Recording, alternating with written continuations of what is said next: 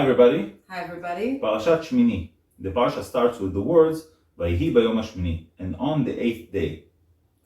The 8th day, if we're talking about the Mishkan, and we are, this means that this is the 8th of the month of Nisan, because we know that Moshe finished building the Mishkan on the first day of the month of Nisan, the same month that we celebrate Pesach on.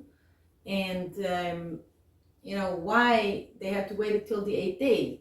And also Shmini in Hebrew is from the word Shmone, 8. So this whole parasha is getting the name that is connected to the 8th day, which is the actual day that they opened the celebration and opened the Mishkan, the tabernacle in the desert. So in order to understand, we have to dig a little deeper, and we go to the Zohar, and the 8th day, the number 8, is connecting us to the sphere of Bina. Bina is like the warehouse of all the sustenance and energy and, different forces of giving and sharing, and everything that comes to the world that we are in, which is Malchut, is coming, it's like the divine mother. Nurturing, sustenance, and so on comes from Bina. And that's, one of the connections why the Mishkan was finally, charged and start being activated on the 8th day. Now, also, the Bina and the number 8 is connecting us to circumcision. The circumcision of a Jewish boy is being done on the 8th day. And this is a covenant that we are doing with God, with Hashem. So there is a direct connection between the covenant with Hashem and the sphere and the strength and power of Bina. Now, the Mishkan, as we said, from the first day, which Moshe saw that it's all, ready, for each day, Moshe put the oil, the special olive oil, and spread it all over the Mishkan and the tools, special tools of the Mishkan, and the priest and the clothes and everything, every day. And every day it was not yet ready. And they waited, and they waited, and they waited, and they purified more, and they purified more, until it finally, on the 8th day, they saw the light, that we call it in Hebrew the Shechina, which is like the divine, feminine energy of Hashem, went inside. That was the code. So first of all, this parasha is telling us, never give up. Sometimes in life, things are not falling exactly into places. And when you're in the process, it's very difficult. But when you look back, you say, oh, okay, now I get it. Now I get it. And you look back and you see everything was very, very accurate. So when we're in the process, just stay with that belief and don't give up. In life, sometimes we go through hard experiences, but as long as we don't give up, everything will fall into the right places. So just stay. That's what the Torah gives us as a present here. And another amazing strength that this parasha is giving us, it gives us a direct, connection to the sphere of Bina. This whole parasha gives us that special gift to be connected to the source of sustenance in our world. The Zohar in Parashat Shmini, Daf Lamed Zayin 37, is asking, what is the 8th day? If we go back to the creation, you'll see you have days 1 to 7 for the creation of the world. And suddenly it talks about the 8th day, but what is the 8th day? Because if you go from day 1 to 7, then you have again the first day, you have Sunday again. So why 8th? 8th means the next world. It means the next level of the elevation of ourselves spiritually. A long day, a full long day, a day that is eternal, a day that we finished our correction in it.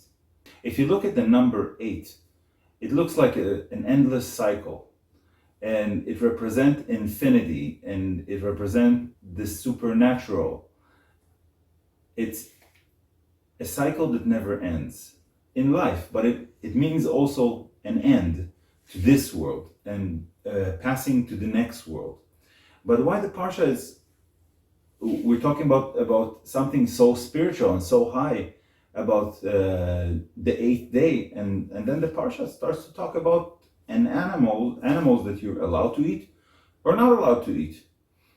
So the Zohar explains that it's being said over there is that we can purify ourselves, the body and the soul, and give it good food and good nutrition so that we can elevate ourselves. The Zohar in Perush Ziv HaZohar explained that all the animals of the world, everything that you have, were created by God. The pure animals are the ones that are coming from the holy side and takes its power from them. But you have the impure animals, which means that these animals, you cannot eat them. That when you eat them, it's bad for your body, it's bad for your soul. They're just like poison or venom to the human. And of course, you can get a lot of different diseases, but eating those animals bring you many bad things like lust, cruelty, and they really affect our soul, the soul of the man.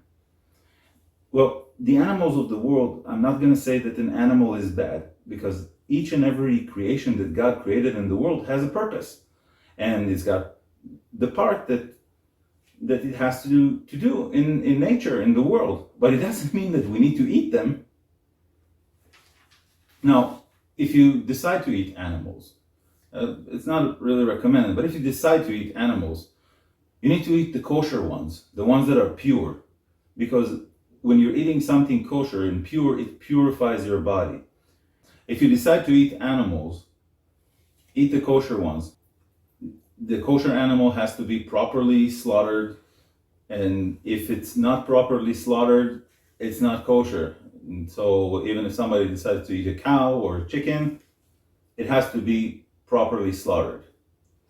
The Ramban talks about the cruelty that those impure animals bring to the person.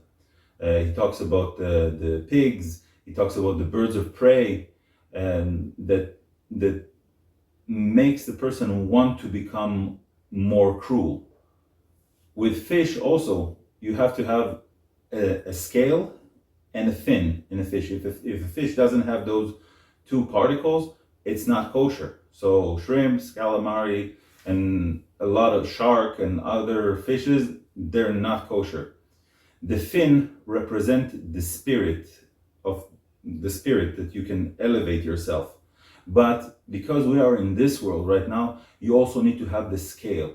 And this grounds you to this world and makes you able to correct your shell, the shell of the human, the impurity that you have inside of you. So the scale helps you to correct that. Of course, we don't need it.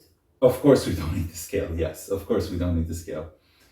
But if there is no fin or a scale, the fish is not kosher. Because at the end of the day, what you eat is what you become. Later on in this parasha, in chapter 10, verse 1, we see a very, very horrific story. So, again, we are in the very, very elevated and holy moment that the Mishkan is being opened, the tabernacle is being opened, everyone's so excited. And all of a sudden, we read that the two sons of Aaron, so Aaron had 4 sons. And all of a sudden we hear that Nadav and Avihu, 2 of his 4 sons, went to the altar and they were sacrificing, they call it there a foreign fire, and we hear that they died. The fire came and killed them. Can you imagine? Can you imagine the shock? The shock of Aaron, the shock of his wife, the shock of everyone. This is supposed to be the most elevated, beautiful, happy moment, and all of a sudden that happens. So the Zohar says, and the Midrash, that the souls of Nadav and Avihu were two of the highest souls ever created and came to the world. In fact, it says that the two souls of them together were equal to all the souls of Am Yisrael together. That's how elevated they were. So what happened here? So there are some places that they say that the act that they did of coming and sacrificing, that they chose to do it. It's like they took the kehuna, they took the job of the high priest from their father while he was alive, and that was a sin that they made. In other places, they say that it's because they were not married, and in Judaism, being married, being one, this means you are complete, you are whole, and you're one and not a half. And the Kohen, in order to serve, had to be married, and that's why it happened. And other commentators say that they drank alcohol before, so they were not completely, doing their job in the right way. In other places in the Midrash, it says that they were coming to sacrifice the incense, but it wasn't the time yet. They tried to hurry things in the world, and things had their own rhythm. But I want to ask you, if just before, when we read about it, we understand that those are two of the highest souls that were ever created and came to our world. Don't you think we have to judge them or look at their actions as two high souls, right? And not from where we would just judge someone who doesn't understand what they're doing, right? So the Ari, Rabbi Yitzchak Luria, a very big sage that lived in the 15th century and affected Judaism greatly until today, he thinks the same. And what he says is that we really have to look at their actions from the point of view of two high souls. And what really happened was that they saw the light that came to the world, and they looked at it as, that's it. The battle between good and evil is done. Humanity really made it. We came to the level that we have enough critical mass of people that are so pure and good and elevated that that's it. We can win in our war against evil. But it was not the time yet. And even though the light was there, the Shekhinah was there, they were right, they saw it. The people around them, even though they were in the presence of the light, they were not there yet. They were in the presence of the light, but they could not yet shift themselves to the level that they're all filled with the light and correcting all of their actions. But those two pure souls already saw it, and they were there. Now, another interesting part in this story is that it says that the fire of Hashem came and burned them. But it says in different places in the Zohar and the Midrash that their body was intact. So there was a fire, but it didn't burn even their clothing. They stayed in full, complete, perfect. The fire only took their souls. Those souls were going up. And we know that those souls, those high souls, were taken out, but they were putting both of them inside Pinchas, their brother. And Pinchas later on does very, very remarkable things, and it continues to, I'm not going to spoil the next parashot, but that's not because of their sin. Yeah, they had to do all that.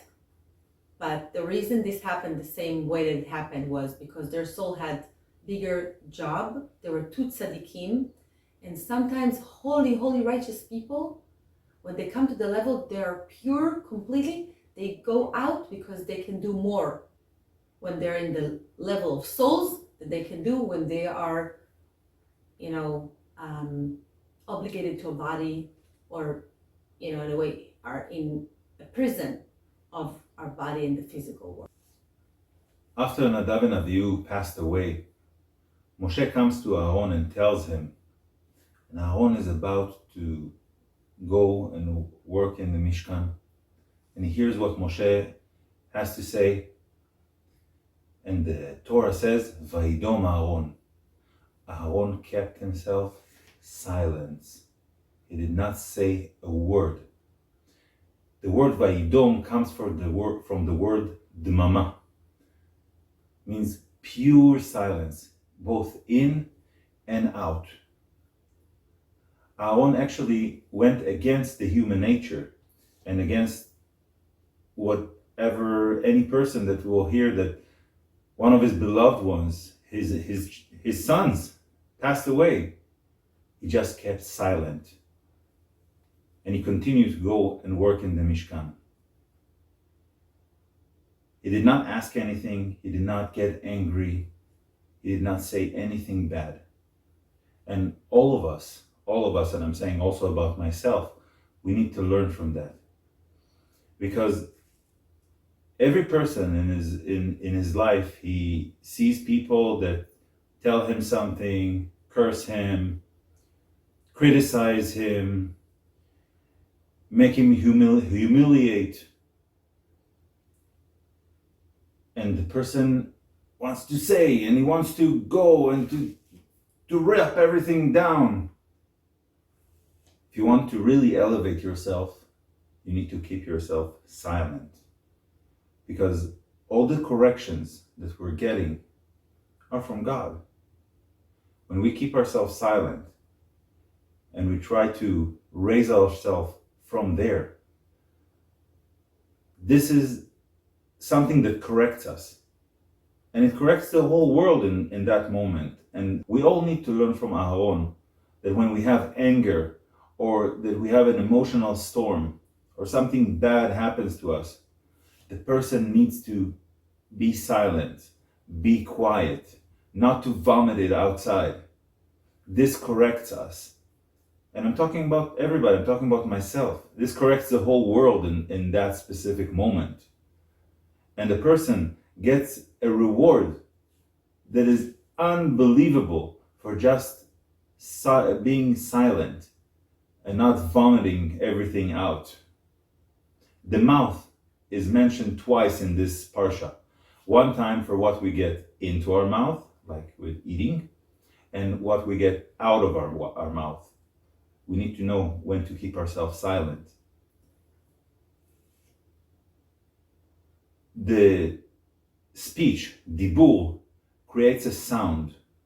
The sound can be sound of praising God, and the sound can be of slandering, telling bad things,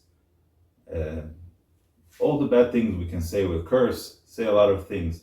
So we need to correct those natural things that are coming out of our mouth that want to go into our mouth, and put borders.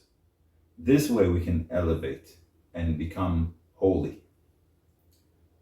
Aaron knew when this happened that on the physical level, what happened to his sons and the way that happened was because of his sin with the golden calf. Aaron was the one, yes, he tried to delay them, he tried to save time, but Aaron was the one that helped to collect the gold.